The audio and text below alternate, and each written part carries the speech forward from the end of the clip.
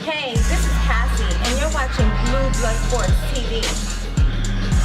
Shout out to Blue Blood Sports TV. You're watching Blue Blood Sports TV. Shout outs to Blue Blood Sports TV. You're watching Blue Blood Sports TV. Hola, habla Cindy, está viendo Deportes TV. What's good, YouTube? It's your boy, Blue Blood Sports TV, back at y'all with another one. So, it seems like there's a lot of changes being made on the part of former unified British heavyweight champion Anthony Joshua's part going into this Andy Ruiz Jr. rematch after currently losing his belt to Andy Ruiz June 1st at Madison Square Garden, New York, the most famous arena in the world. Now it seems that, Anthony Joshua is making a lot of drastic changes. One being the obvious, his physique, right? Anthony Joshua, physique, he has slimmed down tons. He's been talking about slimming down for quite some time, since the Carlos Takam fight. He's been talking about slimming down. But it's abundantly obvious that Andy Ruiz is in Anthony Joshua's head, as he should be, right? Because he lost his belts to that man. So you gotta fix what's wrong, right? The problem I have with this is Anthony Joshua doesn't know what's wrong, right? He says that the referee stopped it too early. He says that he heard the crowd booing, so he went for the knockout when the meat wasn't ready yet, meaning Andy Ruiz, and he got surprised, right? He says that he was on cruise control from the first hit behind the ear. He says that his mindset was on Deontay Wilder and Tyson Fury for undisputed and a showdown, a British domestic showdown with Tyson Fury. He said that he just didn't want to be in the ring with Andy Ruiz Jr. because he wasn't motivated. There's a lot of things going on here with Anthony Joshua. And I just gave you about 5 or 6, I rattled off right off the top, excuses he made right from the jump, right? He said that the referee didn't give him a chance. He didn't have his gum shield. In the UK, they say gum shield, we say mouthpiece. So he said he didn't have his gum shield in. The referee waved it off. You should give the fighter a chance to, respond. He didn't give him a chance. That's number one, right? He called it off too early. Number 2, he says that in the second round, he went to his corner. He heard the crowd booing. It's his first time in the States. So he felt like he had to go for it. He went for it too early. Andy Ruiz wasn't right for the picking as he thought, and then he got caught. That's number 2. Number 3, he says that he realized he didn't want to be in the ring with Andy Ruiz Jr. because he was thinking about Deontay Wilder and the undisputed bout, and also a domestic bout, a huge domestic showdown with Tyson Fury. So those were the 2 fighters that was on his mind. He didn't want to be in the ring with Andy Ruiz Jr. Number 3. He goes on to say that, he was on cruise control. He may have blew a gasket as the engine wasn't there, wasn't firing on all cylinders. He didn't understand why. Then he started thinking back to his training camp and saying to himself in the middle of the fight, this is what he's saying to himself, I should not have done this, and I should have done this, right? There's adjustments I should have made in training camp. I should have ran some more. I should have did so on and so forth, etc. Right? Multiple excuses.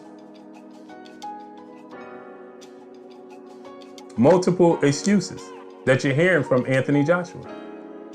And now, right? He says that he needs to. He heard all the rumblings about firing Robin Kraken, his longtime trainer, but he said that would just be absolutely silly to do. But he's bringing in all these boxing minds because he needs as many boxing minds as possible, so he could get past Andy Ruiz Jr. That's a contradiction. Why? Because he said that the reason he lost to Andy Ruiz Jr. because he wasn't motivated. Not because he lacked boxing knowledge around him. Not because he lacked the skill set. Not because his trainer had shortcomings. But simply because he wasn't motivated because Andy Ruiz didn't get him up for the fight. So why do you need to bring in all these boxing minds? Right? Then he says that he'd much rather have the fight in New York, Madison Square Garden, back at the scene of the crime, because he wants to right the wrong, and it would create history for him and his legacy, right? Then he turns around and he says, but he wants to fight in the UK because if the fight was in the UK and he has 60, 70, 80,000, 80, 90,000 screaming UK fans screaming for him, right? They would give him the necessary energy and edge he needs to beat Andy Ruiz Jr., right? Now he's drastically changing his physique. But to his defense, right? He's been saying for quite some time that he needed to make changes to his physique and to his training. So to his defense, he's been saying this since the Carlos Takam fight, right? That he wanted to slim down. So now, but he went into fights after the Carlos Takam fight and didn't slim down. After his first loss, you see this dramatic change in his physique, right? Then he goes on to say, if you look at him and you look at Andy Ruiz, 9 times out of 10, he defeats Andy Ruiz because he's the more superior athlete and he has faster feet. He realized right from the opening bell that Andy Ruiz's footwork couldn't keep up with his footwork. But if you watch the fight, you didn't see that, right? So there's tons of excuses. Then he says he'll fight Andy Ruiz in Tijuana, Mexico. Andy Ruiz obviously is from Mexico. With Andy Ruiz's uncle being the referee, and he's still whipping. But in the same breath, he's saying that he needs the fight to take place in the UK so he can have 60, 70, 80, 90,000 UK fans screaming to give him the edge he needs to be victorious. You see the contradictions, right? So, like I stated before, this is all false sense of confidence. He does not have the confidence going into this fight with Andy Ruiz Jr. He does not feel like he's the better boxer. He feels like Andy Ruiz is actually the better boxer, the more superior fighter, and he's gonna lack confidence. And the first sign of adversity in the fight, he's gonna fold, pack it in, and it's over, period. Because this newfound physique, if it doesn't work out, he's gonna say, well, I lost the weight, why is it not working, right? He got more boxing minds around him. Well, I got more boxing rounds around me. How come, he's still having success, right? It's at a neutral site, right? So there's not going to be no booing, as he said, from the crowd in New York, right? So why am I still lacking success? Because Andy Ruiz Jr. is just a better fighter. Styles make fights.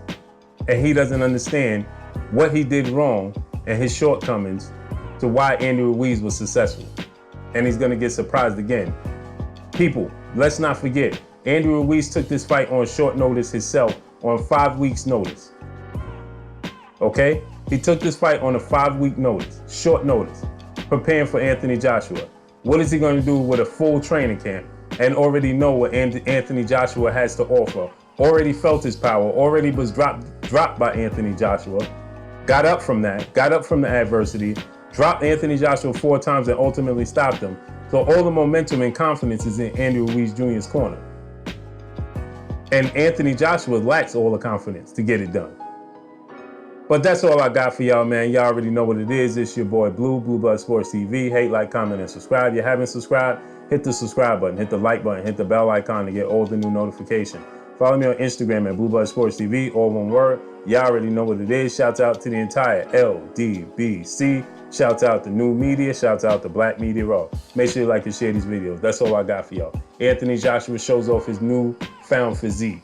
That's all I got for y'all. Peace. Blue Blood Sport TV.